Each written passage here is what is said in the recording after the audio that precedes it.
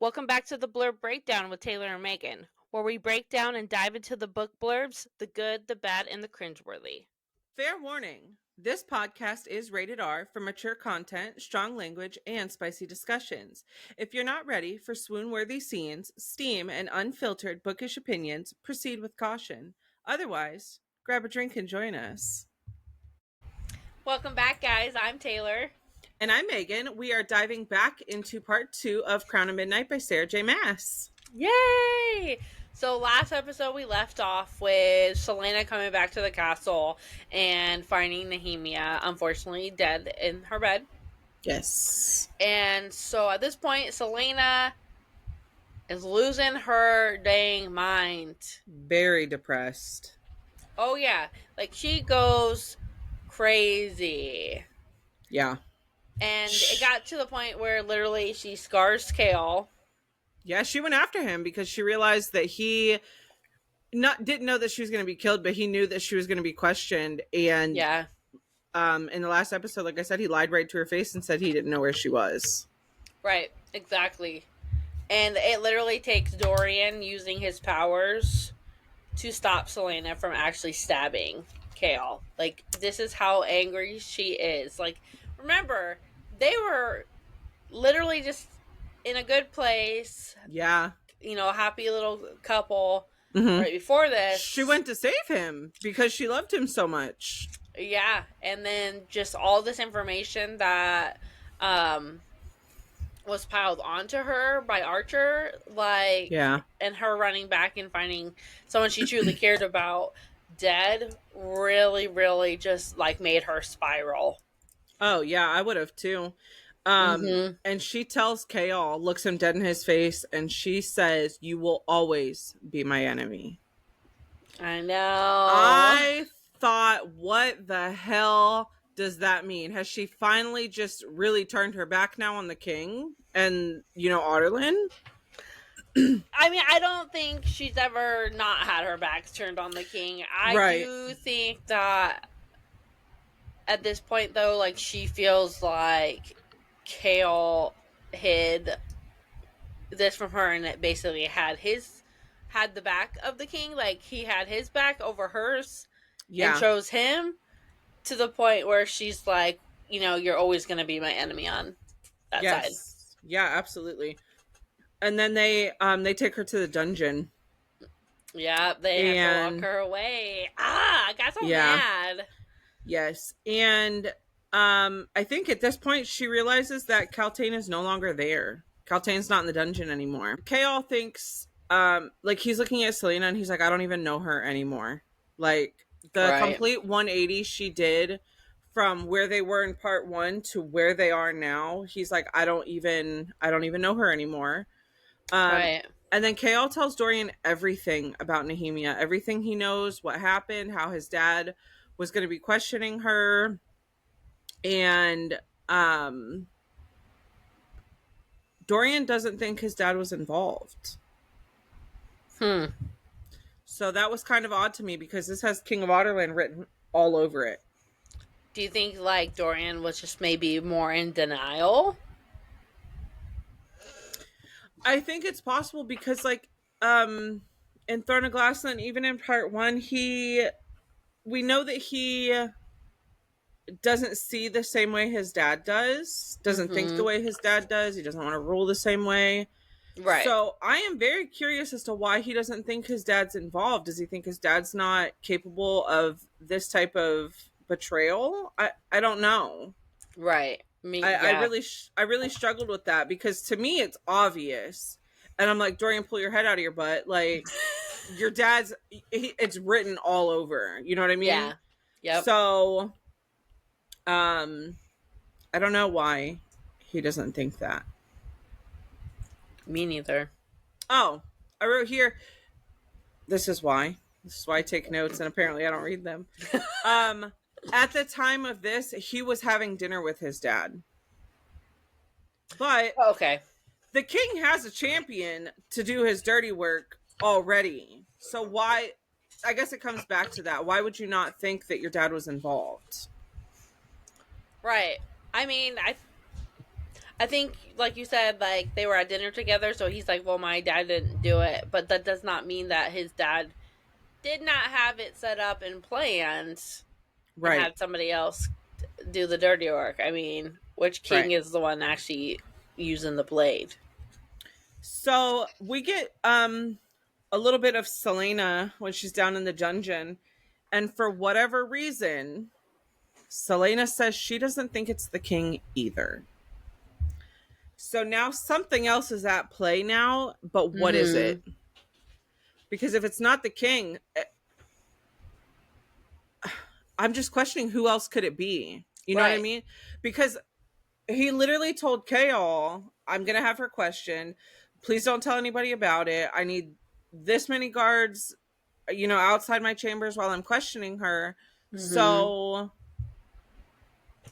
but you know what, Taylor? That was a really big thing that I just realized. The king told Kale, I'm going to have her questioned in my chambers the following night. Nehemia was killed in her chambers, in her Mm-hmm. room. So did Mm-hmm. she even make it to the king? So maybe the king really isn't all over Yeah, this. I'm not sure. I didn't pick that up until just now.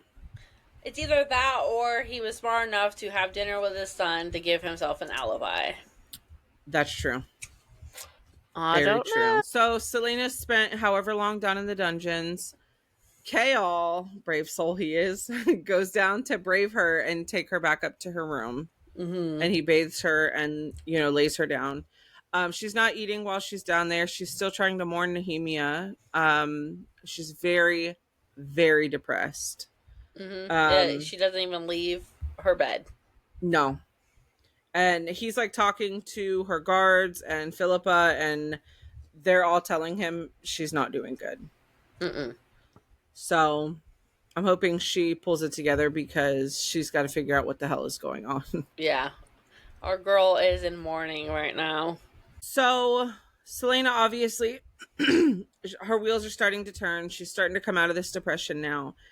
And for whatever reason, she thinks it was Grave from Throne of Glass, the competition. She Yeah. thinks it was him that did it because he knows the palace. Mm-hmm. She's saying this could not be an outside job. It has to be somebody that knows the palace and knows it well. Mm-hmm. So, which he does. I mean, we saw in Throne of Glass that they all got a tour as soon as they got there. So, and he lasted pretty far into the competition. So, Yeah. he was the one that Celaena tried to take down, right? Before she took Kane. I know, I don't remember exactly who it was, but that could be it. Okay. Um, so now she's on the hunt. She's trying to figure this out. She's on literally a manhunt. She's gonna find out who did it. She goes into the passage again, and she took Damaris, which was King Gavin's sword from the tomb, Yes. Mm-hmm. and Mort is freaking out. He's like, "No, no!" Because that sword, Damaris, is sacred. Yeah. So he's like, freaking out. He is freaking out. But she goes to the bar and she asks the barkeep where the hell Grave is at. And Grave is there and he hears her. Yeah. He's like, oh crap, I gotta get out of here. Run! And he takes off running. Obviously she sees him and she follows him. Mm-hmm. And he's mad. Yeah, it was him. She's mad that he beat her in the duel. Okay. Yeah. And Grave tells Celaena's like going at him again. She's torturing him for answers. Yeah, and she's decorated to the hilt with daggers, swords, whatever. Yeah. She got Damaris with her, Yep. and torturing him. And he finally tells her that the councilman, one of the councilmen, had him do it.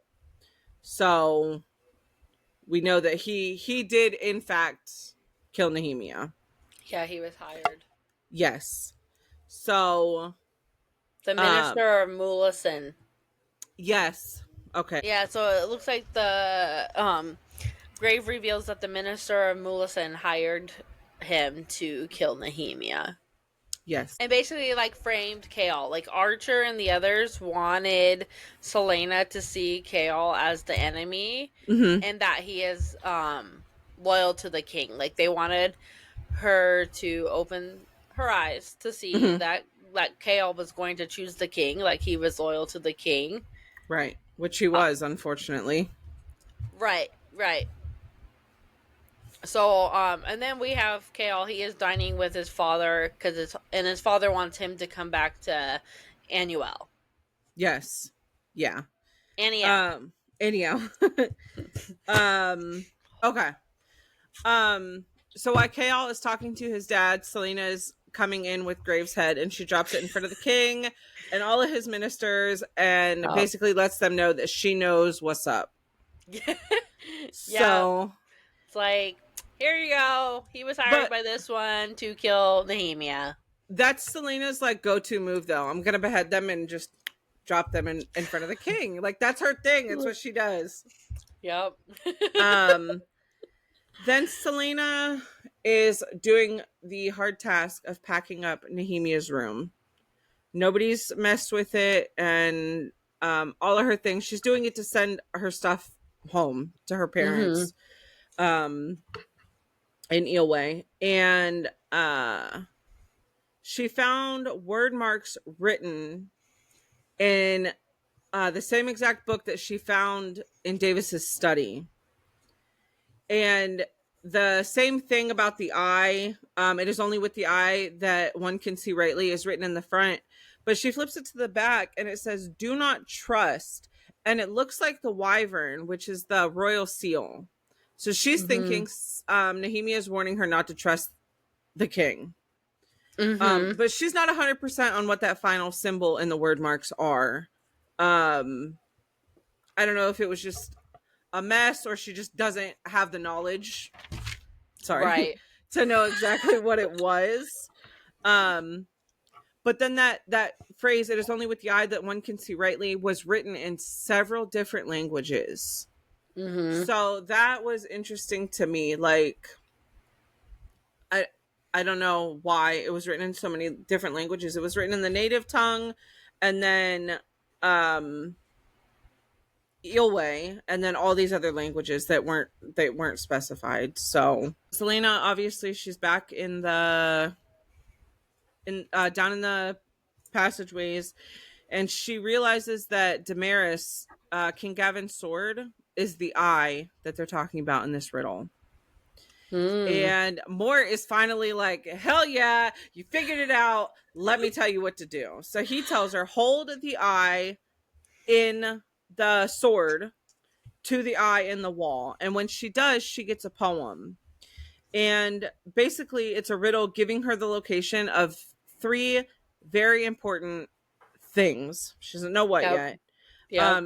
And Celaena's questioning if the king was also looking for these items. So Mm-hmm. um, Elena shows back up, Queen Elena, and she goes to Celaena, and Celaena asks Elena about her death. Why? I don't really know. But Elena said she was not scared and tells her that Nehemia is safe now, which I think Celaena really needed that little bit of information to know that Nehemia was okay. Yeah, agreed. So Chaos saw Dorian and Celaena together and they were in the library, and Celaena leaves and she goes out to I think she goes out to Nehemia's grave, and she starts singing this song, and Kale recognized it as an ancient language. Mm-hmm. And so he is asking the librarian now about these librarian, sorry, about these languages and questioning about this song that he heard her singing. And the librarian tells Kale that there was a song that the high royalty sang to, I guess, like honor the fallen, the dead, when they died at their funerals. But it was a song in Fey language, so it wasn't anything that anybody alive would know anymore. And then Mm-hmm. he finds out if other people would know this language, and she said no, it was literally just noble families of Yep. Terrasin. Yep. So now he's freaking out because how does she know this song?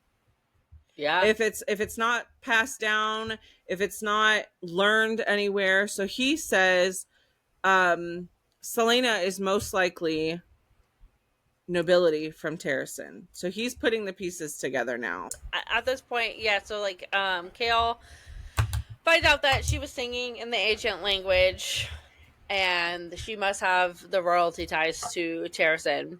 Yeah. And then we go with Celaena ends up dining with Dorian. I think Mm-hmm. they slowly kind of build their friendship back. Like instead of it being more of like this, potential love interest, it ends up becoming more of a friendship. Yeah. And then after they do the dining, Celaena now goes to visit Baba Yellowlegs for help with that poem that she found. Yes. Because it talks of the word keys, which are used to open the word gates. And so she actually ends up learning a lot and getting a lot of information with this interaction with Baba Yellowlegs. Yeah, she goes to pay her, and I know Baba Yellowlegs wasn't happy with the amount of gold or money or whatever she was going to give her, and said that Dorian had come to visit her, and Dorian gave her Mm-hmm. 4 gold pieces, and that for 7 gold pieces she would answer Celaena's questions, but then also tell her what she knew of Dorian. Yeah. So um so she asked her, what the riddle means. Mm-hmm. And Baba Yellowleg says it describes 3 word keys to gain access to the word gate. And I'm questioning what is through that word gate. Right.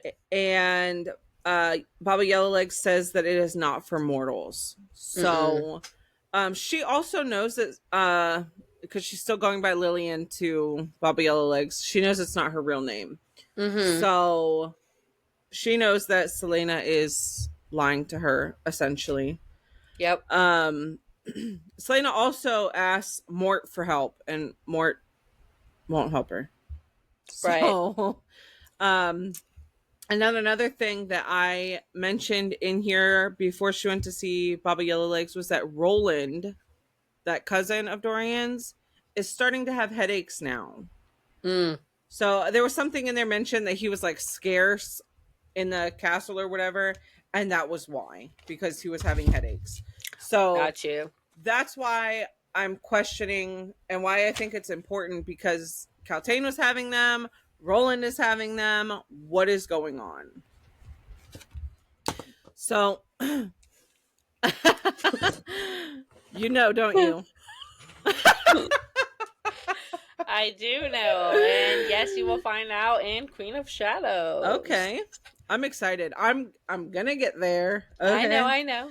So we find out that whoever has all of these keys, the word keys, Mm-hmm. has all of the power over Aurelia.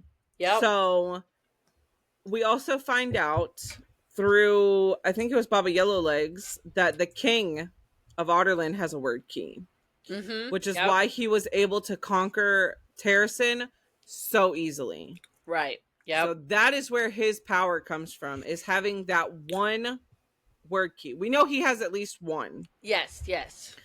And then Baba Yellowlegs tells Celaena about all of Dorian's questions regarding the magic. And then Baba Yellowlegs tries to take Celaena down.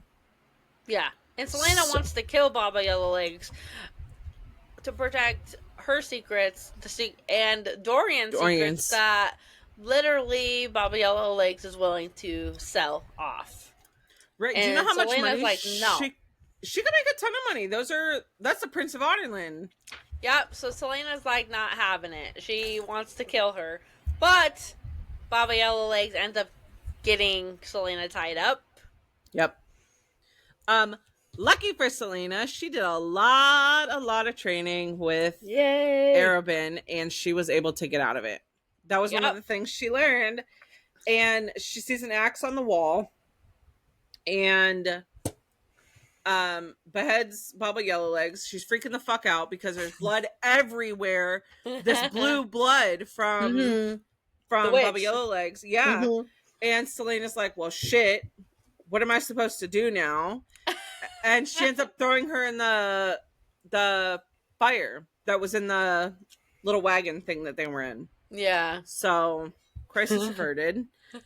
She got the answer she needed and protected Dorians. So, we're good. Until Celaena goes and talks to Mort, and Mort tells her that the Kraken witches still exist. Yes. And that they're just in hiding, and that Baba Yellowlegs was their leader, queen to her clan. So she didn't just kill a random witch that's been, traveling around. She killed the leader of the clan. They're coming for her, and it says that she was marked by the witch now. So they're going to be able to find her. It was my thought.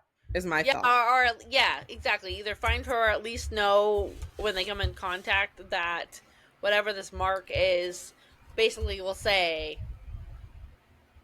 Celaena was the killer. Right. So moving forward, Kale is I think he goes into Celaena's room and finds that she signed a will 2 days prior to Nehemia's death and left Kale everything. So I'm very curious as to why she did that.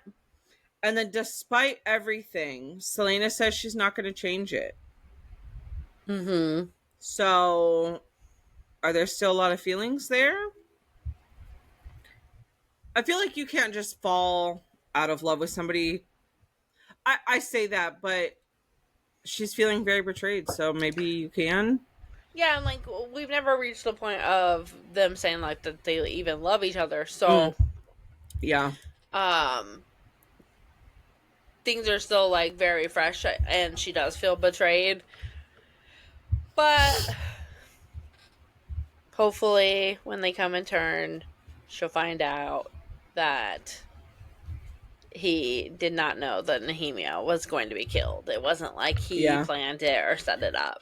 Yeah, he wasn't really even involved. He was doing what he was told to do as the King's Guard, captain of the guard. So I think the only thing that upset me, as a reader, was the fact that he lied to her and said, I don't know where she's at. Yeah. And maybe that was honesty in him, because Archer was saying she's not being questioned. So then Kale is saying, I really don't know where she's at then. You know what I mean? Yeah. I don't know. I mean, I was definitely frustrated with him that he did not share that information. But, taking a step back, we do know that he's just doing his job, and hopefully he didn't know to what extent that was going to go. Yes, absolutely. So Celaena is digging deeper. She's trying to figure out what's going on in this castle right now. And she's reading that book that her and Nehemia were looking in together, The Walking Dead. Yeah, I love that little reference. Me too.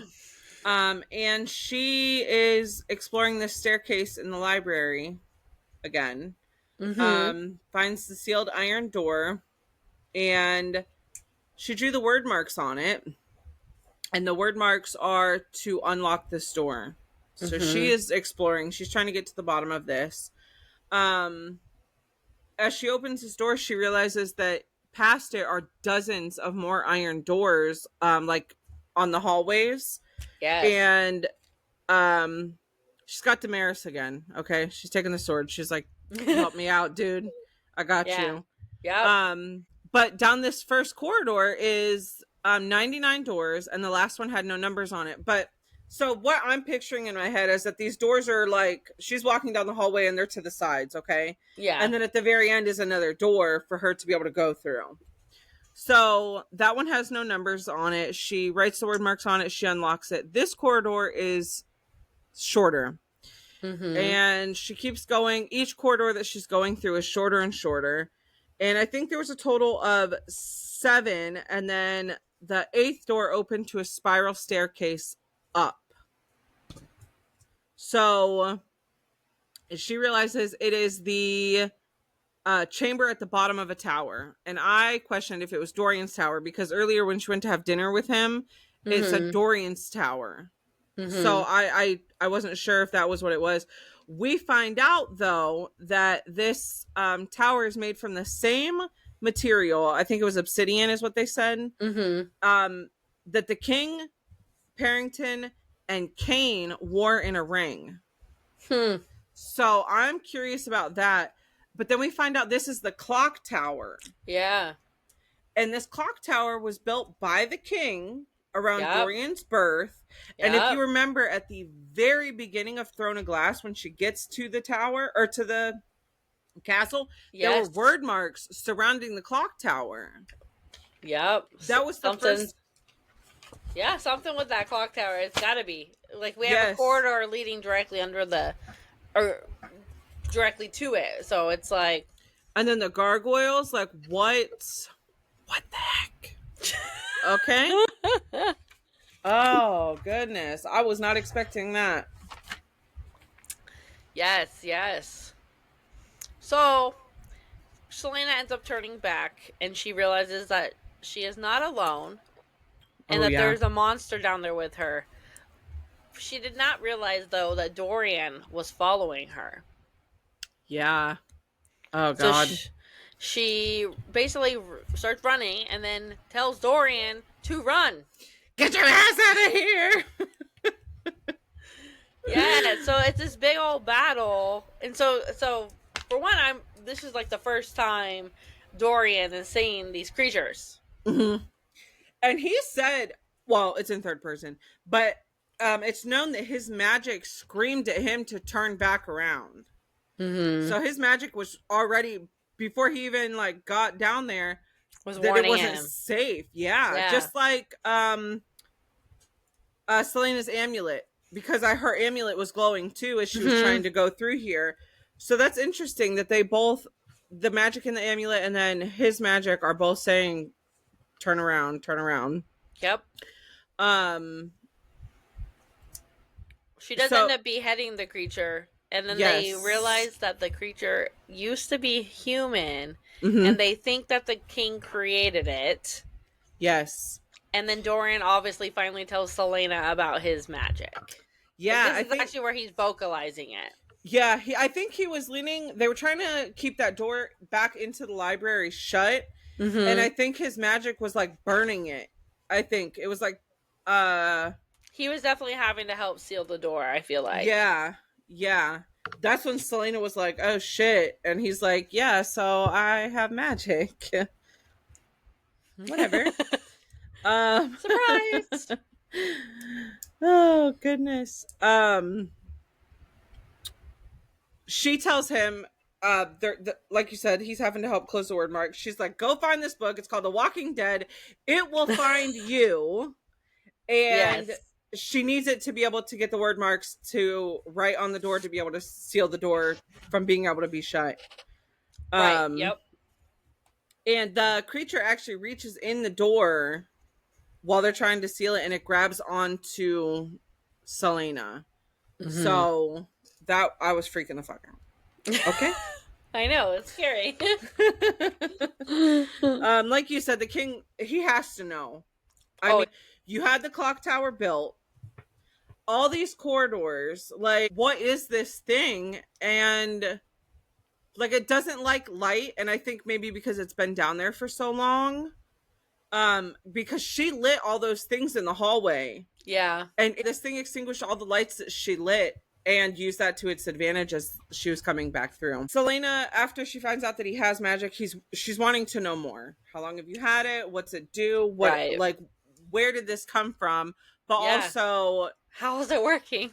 Right, because magic is supposed to be not only outlawed, but just completely gone. Like, it shouldn't be possible. Yeah. Dorian tells her that he was looking through genealogy records from Otterland's noble families for any of his, like, any magic users. Mm-hmm. And Celaena tells him that 10 years ago, people she loved were killed for having magic. So when she was 8, people Yeah. that she loved were killed. So Mm-hmm. then Celena's trying to get more questions answered. This is when she goes to the dungeon and Celaena is gone. So Yes. she goes to see Celaena because her family was listed in those genealogy records for Otterland's noble families as having a strong magical line up until 2 generations ago. So hers is one of the Hmm. most recent out of like Otterland's noble families. So what the heck? But she's gone. Celaena, she can't get any answers. I think that is actually a really good point. Like I did not personally remember about them talking about how Caltain's line used to have magic. So, I mean, I think that's obviously like something that's got to be really important. Yes. We know that that creature just said that like obviously it used to be human. Mm-hmm. So it's like, is that Caltain or are they turning people into the Yes. monster creature things? Right. What is going on? We find out, I think from one of the guards down in the dungeon, that the Duke took Caltain to Morath. Okay, yeah. And Celaena keeps thinking of what Caltain told her, which something is coming. I am to greet it. And kept mentioning that her headaches were still getting worse every single day. And then she mentioned the flapping wings. So that's why she mentioned it a couple times. So I don't know where that comes in. But Roland is also gone or possibly taken to Morath. Okay. And then something else that was written in here is while they were trying to get that door closed in the library, Celaena noted that that creature was also clutching at his head. So I'm thinking headaches still. Okay, yeah. It didn't say headaches, but that's what I was thinking, knowing what I know about Roland and what I know about Caltain. Right. So, what the heck? Oh, shoot. I might be obsessing over that for nothing, but like it's definitely been mentioned quite a few times. No, it's definitely, yeah. I'm definitely thinking I'm pretty positive it's something. And then I don't know if this was important, but Celaena mentioned that the blood of this creature was very oily. So I don't know if that's important or just gross. Just gross. But she wipes at it, and then she goes to wipe it off, and she's looking for what I would think would be similar to like a receipt in my purse to wipe it off. But she's looking, and she grabs the paper in her bag, and it was the inscription on Elena's tomb that said "Ah" times rift. So Celaena realizes that I think she said was an anagram for something. So she runs. She's on her way down to Elena's tomb. Yes. And in the crown, Elena's crown, under the gem was the first word key. And when she gets the gem out, she realizes she's digging around. There's nothing in there. It's gone. It's gone. It's gone. It's gone. It's gone. Mort tells her, he confirms that the king does in fact have a word key. And that he found it at 20 years old. Yeah, so he's had it for a while. And I'm like, Mort. Bro. Why didn't you tell her that before? Right, to begin with, we're on a freaking wild goose chase for something that's not there. Yeah, and not only that, he only hints at the fact that the king used it to help stifle magic. Yes. So I found this interesting, and correct me if I'm wrong, this is what I interpreted it, that the king does in fact have magic. He used the word key to stifle everybody else's, but not his, which is why that bloodline ran down to Dorian and why Dorian has it. Yep. So that would explain why Dorian is the exception. Yep. It's because of their blood. His That bloodline. I was shocked. I was not expecting that at all. So I mean, at this point, like, Celaena now wants to open a portal to talk to Nehemia. Mort says, please don't. Like, don't do it. Just don't open a portal to talk to the dead. It's not a good idea. No. Definitely not. And then, so Celaena has these dreams with Elena talking to her. Dorian has a dream where King Gavin talks to him. Yes. And King Gavin gave him specific instructions about the tapestry in the room. Mm-hmm. And that he needed to go to her. Need to go to Celaena's room behind the tapestry and get there. So Dorian does. He goes to get Chaol. He's like, I don't know who else to get, but you need to come with me, and we have to go to her. Yeah. So that's what we're doing. Yes. She's down in the passageway, and she's drawing the word marks to be able to talk to Nehemia. Okay. Yep. She's saying, screw it, I'm opening this portal. Right. And so she's opening it. She's opened it successfully. And yes. Nehemia is not coming forth. It's taking a while. All of a sudden, here comes Fleetfoot. And she's all excited, wagging her little tail. And she looks back and there's Nehemia. She realizes she finally came through. And that's why Fleetfoot's so excited. Yep. Nehemia tells her that she can't cross the line, like she can't come through the portal, and that she warns Celaena, please do not open this again, because you won't survive. Like, basically Nehemia is saying, I'm not going to be the one that answers, and you're not going to survive the person that does. Right. So she tells Celaena that she knew her fate, that she was going to be killed, and why she was going to be killed, and that she embraced it. She knew what she had to do. Right. So that's where that conversation with Queen Elena came back in, when Elena asked her, do you know what you have to do? And she said yes. So she's like, yes, I do, unfortunately. So she's down there, and who shows up but Archer? Oh, Archer. Was not expecting that. I should have known better. But yeah, but I didn't either. But then we find out that he knows about the word keys, and he wants to now find them. So now we have another player in the game who is after these word keys. Yes, he tells Celaena he's been down in that passageway, tracking her every single night. And Archer reaches out to Celaena, and she sees a black snake-like creature on his wrist, and she realizes that it is the exact same mark that was in the journal or the book from Nehemia saying, do not trust this person. So it wasn't the royal seal, it was this mark on Archer. Yeah, so basically, like, Celaena realizes that Nehemia was trying to warn her about Archer, and that we find out that Archer was the one who ordered Nehemia to be killed. Yes. He tells Celaena that she left the movement a week before she was killed, which is why he wanted her killed. He didn't want her to spill their secrets. Yep. And that he kidnapped Chaol to get Celaena away from the castle. And so they planted the threat on her life. And that way all these pieces would come together, and that Celaena would start to distrust Chaol.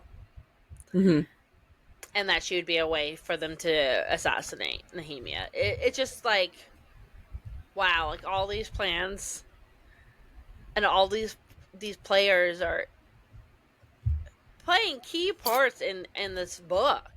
Yeah. Sarah J. Maas did an amazing job of literally just Easter eggs throughout the whole freaking book to just wrap up all in this one moment at the very end. Yeah, like we're sitting here saying like, oh, it's the king, it's the king, it's the king.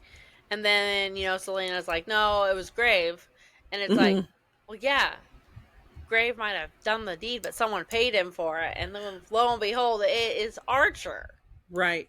So that makes me question why the minister didn't, like, he accepted the fact that Celaena thought it was him, and he didn't He didn't tell her, no, it wasn't me. Mm-mm. So That kind of just like doesn't even become a thing. So it's interesting. right. That is so weird. Um, Celaena kind of plays Archer's game a little bit. She's acting like she trusts him and like, oh my goodness, I can't believe Nehemia would do that to us, blah, blah, blah, Mm-hmm. blah. And she stabs him. So she gets him to essentially let his guard down so that she can stab him. Yep. And at that same time, something comes through the freaking portal. Nehemia is Yes. gone and something comes through the portal. This was all a lot of information all at once in these final, what, like 5 or 6 chapters. Mm-hmm.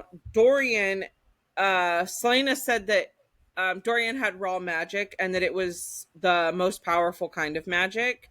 And Mm-hmm. I think it was Dorian that actually ended up killing the monster, correct? That came Yeah, through the portal? so like Dorian basically goes and gets Kale and says, they need to go find Celaena. Um, they find Celaena, Archer, and Fleetfoot by the portal along with the monster. Mm-hmm. And the monster takes Fleetfoot through the portal. And I'm Right. like, don't touch the dog. Don't Yeah. ever touch the dog in a book. All authors, I swear to you, do not hurt the dogs. Oh, goodness. Not gonna have it. You're gonna lose me. Right. So, but lo and behold, Kale jumps through the portal, and Celaena goes after them both. Right.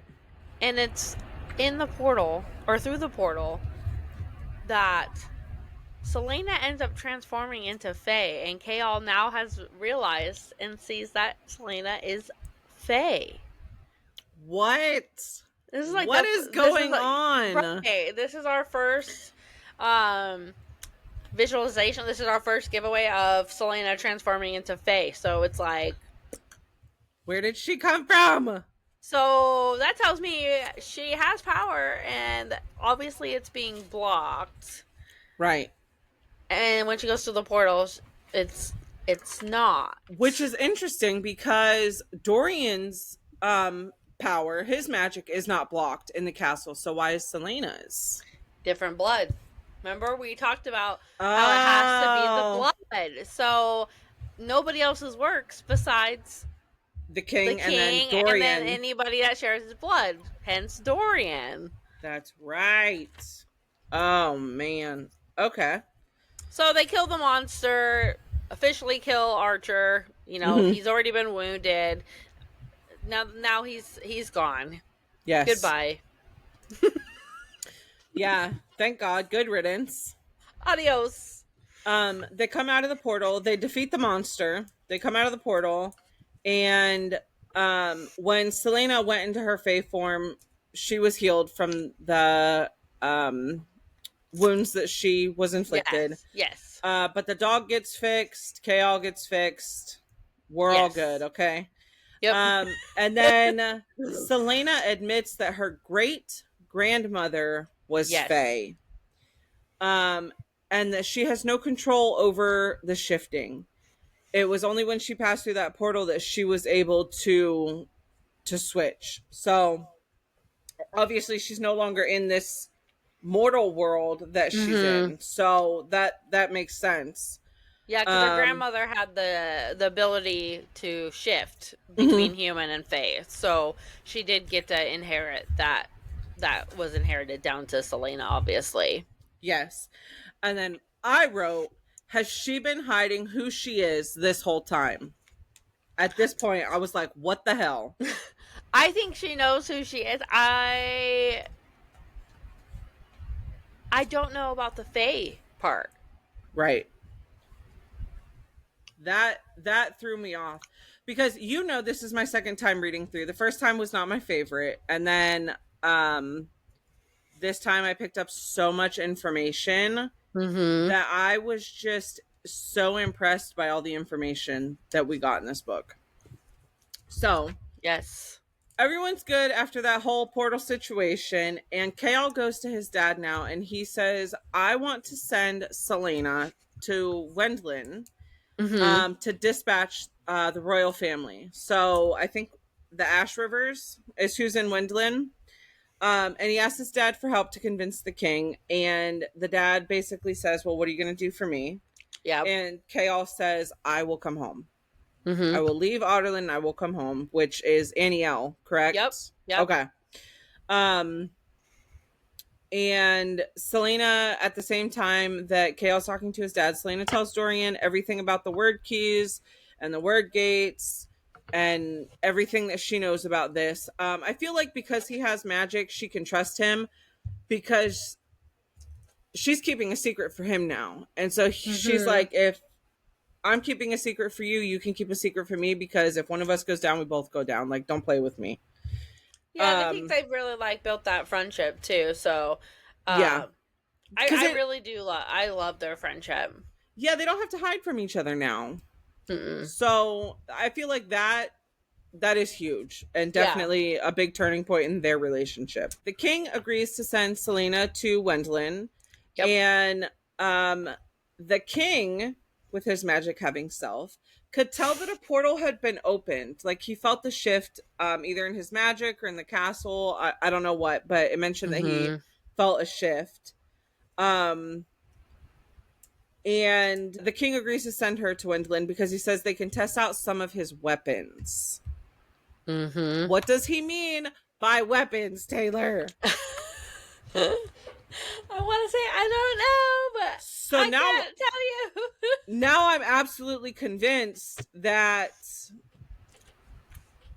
like, he's planning something way bigger than what he's already done. Oh yeah. Faux show. Freaking out now. A roller coaster ride. All right, you ready for this, viewers? These are my notes of the last few chapters. Okay. So Elena is waiting in her tomb, and Celaena goes to talk to Elena, and Elena tells her to go to Wendlin, and it's where the Fae are. So Chaol is actually, by sending her here, is essentially saving her, because she's going to be with her people, really. Right. Dorian is pissed that she's going, and now he's mad at Chaol, which they just sort of kind of made up. So here we go. And he's like, now you're sending her away? Right. Celaena is told by the king that she's leaving the very next day. There's no time to prepare. And she's got this evening to pack up her stuff, and she's leaving.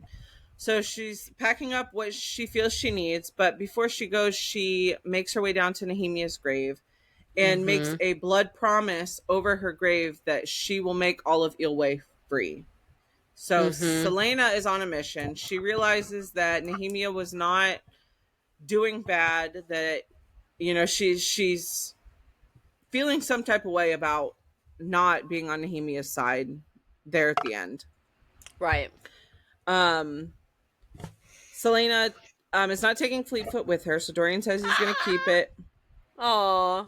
I know. And Celaena says she'll come back for her. I don't know why she doesn't take him. Made me sad. Or take her, sorry. Keep her safe. Okay, yeah. Makes sense.